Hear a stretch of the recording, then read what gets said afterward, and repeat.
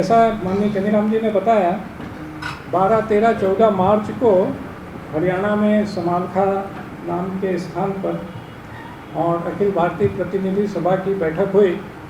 हमारे देश के संघ के चुने हुए जो प्रतिनिधि होते हैं वो सब और अखिल भारतीय कार्यकारी मंडल के सदस्य ये सब मिल कर के और एक बड़ी सभा संघ में होती है और इसी में विभिन्न विषयों पर विचार होकर आगे की रूपरेखा निर्धारित होती है। संघ जो चाहता है, करता है या करना चाहता है, वो सारे मंतव्यों की अनुशंसा जब इस प्रतिनिधि सभा में होती है तभी वो संघ के कार्य रूप में परिणित होती है। तभी उसको यानी हमारे सारे प्रस्तावों को इससे स्वीकृति मिलने के बाद ही और कार्य रूप में परिणित किया जाता है।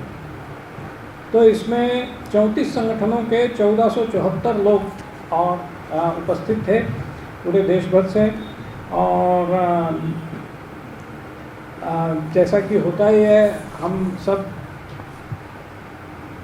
साल भर के दौर में कुछ लोग हमको छोड़कर चले जाते हैं, बिछुड़ जाते हैं। उन सबके सम्मान और श्रद्धांजलि की कार्यवाही सबसे पहले होती है और इस वर्ष भी यही हुआ। विशेष रूप से छत्तीसगढ़ में पिछले कुछ दिनों में अपने सुरक्षाकर्मी और राजनीतिक और सामाजिक कार्यकर्ता उनकी नक्सल हिंसा में हत्या हुई, ऐसे अपने सागर साहू जी, बुधराम करटाम जी, नीलकंठ कटेम जी और रामाधार आलामी जी, इन सबको भी और श्रद्धांजलि अखिल भारतीय प्रतिनिधि सभा ने दी और इन सबके परिजनों के लिए शोक पत्र, संवेदना पत्र वो यथा समय भेजे जाएंगे।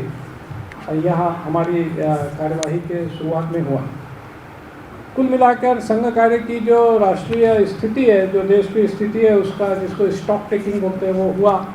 तो अभी जो स्थिति है उसमें 71,355 स्थानों पर संघ का कार्य अभी है और इसमें 68,651 जगहों पर हमारी दैनिक शाखा है, 26,000 स्थानों पर मिलन और 10,412 जगहों पर जिसको हम माह में एक बार मिलकर का जो हमारा कार्यक्रम होता है संघ मंडली वो है।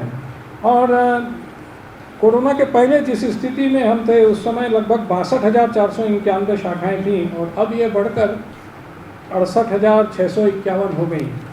हम सबको ध्यान में आया कि कोरोना के कारण मैदानों में शाखा लगाना, बैठक करना, प्रवास करना, ये सब बंद ही था।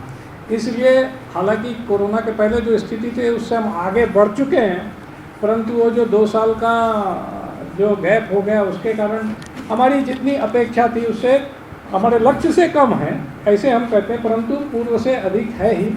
और कोरोना के समय में जो हमारा कार्य का जो रुकावट आई उसको अब हम जल्दी से पूरा करेंगे, ऐसी एक मनोभाव सबके भीतर था। और कार्य का विस्तार भी अच्छा है। कुल देश में 911 जिले हैं, उसमें से 901 जिलों में संघ का कार्य है। ये सारी संख्याएं आपको मिलेंगी, तो इसको शब्दशः लिखना कोई आवश्यक नहीं है। कुल 6,663 जिसको हम खंड या तहसील तालुका बोल सकते हैं, उस डायमेंशन के जो जियोग्राफिकल यूनिट्स हैं, उनमें से लगभग 88% खंडों में संघ का प्रत्यक्ष काम है। और उससे भी छोटा हमने 8, 10, 12 गांवों को मिलाकर एक मंडल इकाई संघ की होती है। तो लगभग 2/3 मंडलों में हमारा काम है। और कार्य विस्तार का जो लक्ष्य है उसके हिसाब से हमारी इच्छा है और इसके लिए हम प्रयासरत हैं कि संघ का शताब्दी वर्ष आते तक सभी मंडलों में संघ का कार्य, प्रत्यक्ष कार्य पहुँचे, तो उसके दृष्टि से हम लगे हुए हैं।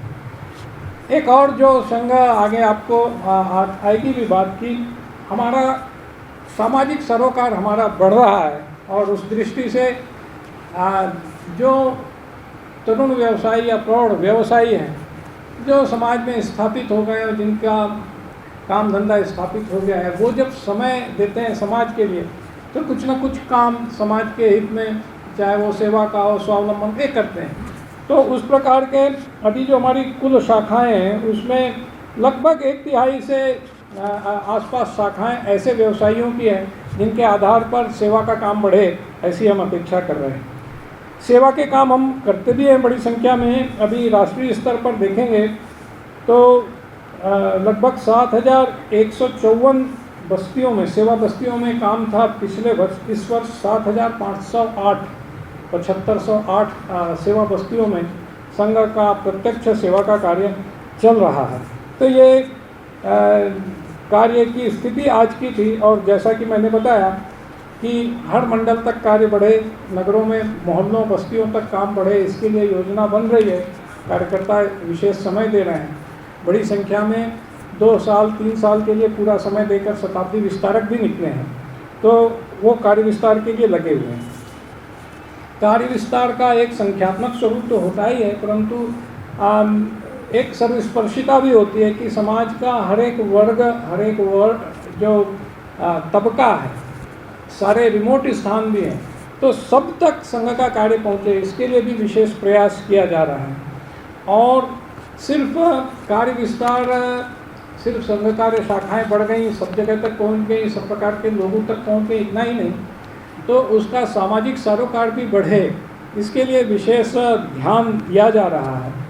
और कुछ नए प्रयोग भी किए जा रहे हैं। लगभग सभी क्षेत्रों में एक इस प्रकार से दिखता है कि शाखाएं अपने जिस क्षेत्र में वो शाखा लग रही है, जैसे कोई 10,000 की बस्ती है, वहाँ पर शाखा लग रही है, तो संघ के स्वयंसेवक इस बात की कोशिश करें कि अपने क्षेत्र का अध्ययन करें किस प्रकार की जनसंख्या वहाँ रह रही है, वहाँ बेरोजगारी की क्या स्थिति है, पीने के पानी की क्या स्थिति है, पर्यावरण की स्थिति क्या है, व्यसन की स्थिति क्या है, सामाजिक चुनौतियाँ क्या हैं।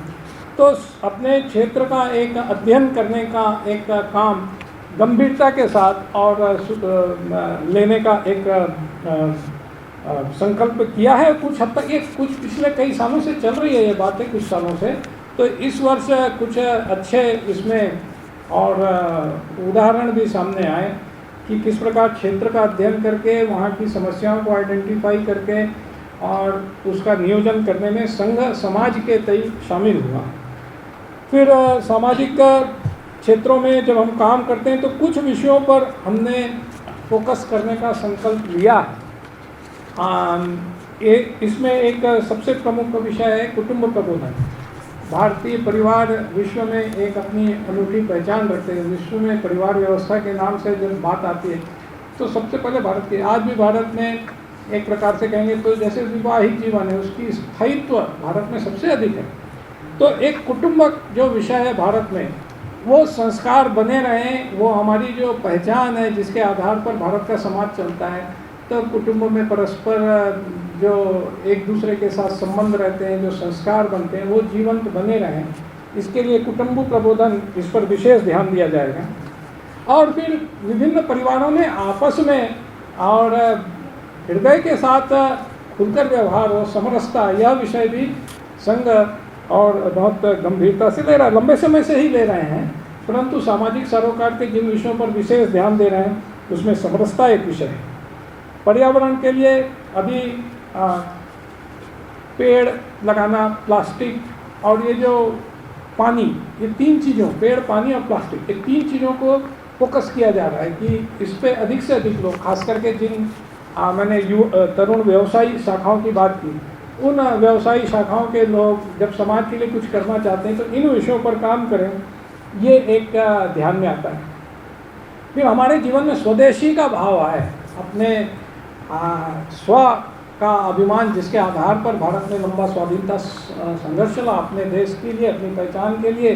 स्व के विषय को लेकर जो बात आई उसको लेते हुए स्वदेशी हमारे व्यवहार में झलकना चाहिए, ये एक विषय ध्यान में आता है। और एक नई बात जो इस बार मैं कहूँगा कि पहली बार तो नहीं पर विशेष रूप से आई, वो है नागरिक दायित्व बोध। हमारे सब अच्छे भाव रहने के बावजूद भी ट्रैफिक सिग्नल्स का हम ध्यान देते हैं क्या, कचरा कहाँ फेंकना, ये अगर एक सामाजिक, जिसको सिविक सेंस बोलते हैं, ये कई बार भारत में इसको लेकर के और विषय रहते हैं, तो इन विषयों पर भी नागरिक दायित्व बोध, इसको भी हमने अपने काम में शामिल किया है। और ये काम भी हमको वैयक्तिक रूप में भी करना है, कुटुंब के रूप में भी करना है, हम जहाँ जॉब करते हैं, जहाँ व्यवसाय करते हैं, वहाँ भी करना है, जिस सामाजिक परिदृश्य में हम बैठते हैं, हम किसी क्लब में जाते हैं, किसी सभा में जाते हैं, तो वहाँ भी ये सारे विषय। सभा बहुत अच्छी हो रही है, लेकिन प्लास्टिक के गिलास, दूसरे दिन गए तो पता पड़ा पूरा सभा स्थल प्लास्टिक के गिलास से अटापटा पड़ा है। तो ये हमारा सामाजिक दायित्व बनता है कि पर्यावरण की ये जो विषय छोटे छोटे हैं वो हर एक स्तर पर, चाहे व्यक्ति को, समरसता की बात सब करते हैं, सबके साथ सार्वजनिक रूप से खाना खाते हैं, पर घर में बुलाकर क्या हम उतने ही खुले मन के साथ सबके साथ संगत और पंगत और खाना पीना व्यवहार खुले मन से कर सकते हैं? वैयक्तिक, कौटुंबिक, वो बिना किसी हिपोक्रेसी के ये सारे विषय नीचे तक जाएं, इसके बारे में और गहन चर्चा हुई और कार्य योजनाएँ बनी। छत्तीसगढ़ के परिप्रेक्ष्य में भी कुछ विशेष बातें बताना चाहूँगा। छत्तीसगढ़ में भी संघ का कार्य प्रगति में है और संघ के शाखाओं की संख्या छत्तीसगढ़ में अभी 1142 स्थानों पर शाखाएं लग रही हैं प्रत्येक, और मिलन की संख्या 515 और मंडलियों की संख्या 468 है। कुल मिला के लगभग 1400-1500 जगहों पर संघ का प्रत्यक्ष काम है और साथ में लगभग 125 बस्तियों में, सेवा बस्तियों में संघ का सेवा का काम है। कार्य विस्तार के साथ कार्य की गुणात्मकता अच्छी बने रहे, इसके लिए प्रशिक्षण बहुत आवश्यक है। और प्रशिक्षण के लिए इतना ही कह सकता हूँ मैं कि संघ के प्राथमिक वर्ग होते हैं 7 दिन के, प्रथम वर्ष, द्वितीय वर्ष, तृतीय वर्ष, ऐसे प्रशिक्षण होते हैं। पिछले वर्ष जो नए लोग आते हैं, जैसे आप कह सकते हैं 10वीं से लेके और BSc फाइनल तक, ऐसे जो पूरा आयु घट रहता है, उसके लोगों का सबसे पहले प्राथमिक वर्ग का प्रशिक्षण होता है। तो पिछले वर्ष देश भर में 1,21,137 लोग प्राथमिक वर्गों में शामिल हुए। छत्तीसगढ़ में उनकी संख्या, छत्तीसगढ़ में ऐसे 34 वर्ग लगे और 3,192 लोगों ने उसमें प्रशिक्षण प्राप्त किया। प्रथम वर्ष का प्रशिक्षण जो लगभग 1 महीने 25 दिन रह करके जो प्रशिक्षण होता है, वह 440 लोगों ने प्रथम वर्ष का प्रशिक्षण दिया, लगभग 100 लोग द्वितीय वर्ष और 25 लोग तृतीय वर्ष, लगभग ये संख्या छत्तीसगढ़ में और प्रशिक्षण की दृष्टि से रही। राष्ट्रीय दृष्टि से जैसे मैंने बताया, प्राथमिक में लगभग 1021 लोगों का प्रशिक्षण राष्ट्रीय स्तर पर हुआ प्राथमिक पर। हाँ, 1,21,000। तो कार्य के विभिन्न आयाम, विस्तार की योजनाएं, ये सब तो है देश की, ये तो संगठन के स्तर पर हो गया। देश के बारे में भी क्या स्थिति है, इस पर बहुत खुले रूप से सामाजिक क्या स्थिति है उस पर चर्चा हुई और ये नोटिस किया गया कि देश प्रगति के पथ पर आगे बढ़ रहा है और आर्थिक दृष्टि से हम काफ़ी स्टेबल हुए हैं। हम विश्व की प्रगत इकोनॉमीज में से एक हो गए हैं, हमारा स्थान ऊपर बढ़ा है और हमारी आर्थिक व्यवस्था, हमारे रिजर्व, ये सब मजबूत स्थिति में है। वैश्विक मंचों में नेतृत्व करने की स्थिति में भारत पहुंच रहा है, उसकी एक प्रतिष्ठा है, उसकी एक इंडिपेंडेंट नीति है, इसलिए उसके बारे में अलग से विचार करने की आवश्यकता, अलग से उसको सम्मान देने की स्थिति देश में, पूरे अंतर्राष्ट्रीय समाज में बनती है। स्वास्थ्य की दृष्टि में भी, शिक्षा के दृष्टि में भी देश आगे बढ़ रहा है। विशेषकर कोविड में जिस प्रकार से कोविड का अपन ने सामना किया, विशेषकर सामाजिक संस्थाओं ने जिस प्रकार से बड़े प्रमाण पे और समाज का धैर्य बना रखते हुए और सेवा के काम किए। फिर कोविड वैक्सीन का जिस प्रकार से निर्माण हुआ, जिस प्रकार से उसका इम्प्लीमेंटेशन वैक्सीनेशन का हुआ और जिस प्रकार से अंतर्राष्ट्रीय स्तर पर हमने गरीब देशों को भी बड़े प्रमाण में कोविड की वैक्सीन दी, उससे भी भारत की छवि अच्छी हुई है और ये बात नोटिस की गई। ये भी एक बात, दो बातें और विशेष रूप से ध्यान में आती हैं कि ये भारत का एक स्वत्व है।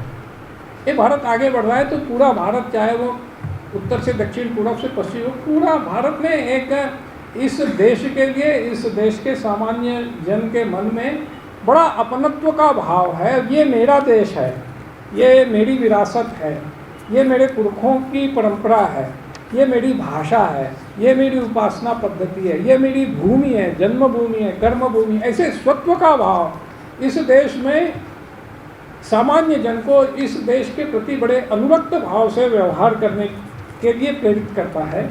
और वास्तव में इस स्वत्व के भाव का जागरण जैसे जैसे देश का अभिमान बढ़ रहा है तो लोग उसके बारे में आनंदित महसूस करते हैं। ऐसे इस स्वत्व के भाव को हम नोट करते हैं और इसके आधार पर जो लंबा स्वतंत्रता संग्राम का आंदोलन चला है उससे संबंधित एक प्रस्ताव, स्वत्व के आधार पर एक प्रस्ताव भी है, अभी माननीय कनीराम जी उसका वाचन करेंगे। तो इस स्व के बारे में तो एक प्रतीति ध्यान में लाई गई, परंतु साथ में ये भी ध्यान कि जैसे जैसे स्वत्व बढ़ रहा है, जैसे जैसे देश में एक सुगठित और संगठित देश और समाज आगे बढ़ रहा है, तो कई बार विदेशी शक्तियों, विदेशी विचारधाराओं और जिनको भारत की प्रगति अच्छी लगती नहीं है, ऐसे लोगों के प्रयास से और तोड़ने वाली ताकतें भी और बहुत संगठित और तरीके से काम करने लगी हैं। और जिसको बोलते हैं ना, अभी कोई तिनके की भी आड़ रही नहीं, और वो निर्लज्ज रूप से देश को तोड़ने के लिए जो भी काम उनको बन पड़ता है और जो भी उनको खाई क्रिएट करने की और गुंजाइश दिखती है वहाँ पर वो काम कर रहे हैं। और इसके बारे में सबको सतर्क रहने की आवश्यकता है, इसको ध्यान से देखने की आवश्यकता है। तो इस संबंध में एक प्रस्ताव स्वत्व के आधार पे जो भारत की स्थिति है, मैं माननीय कनीराम जी से कहूँगा कि उसका वाचन करें।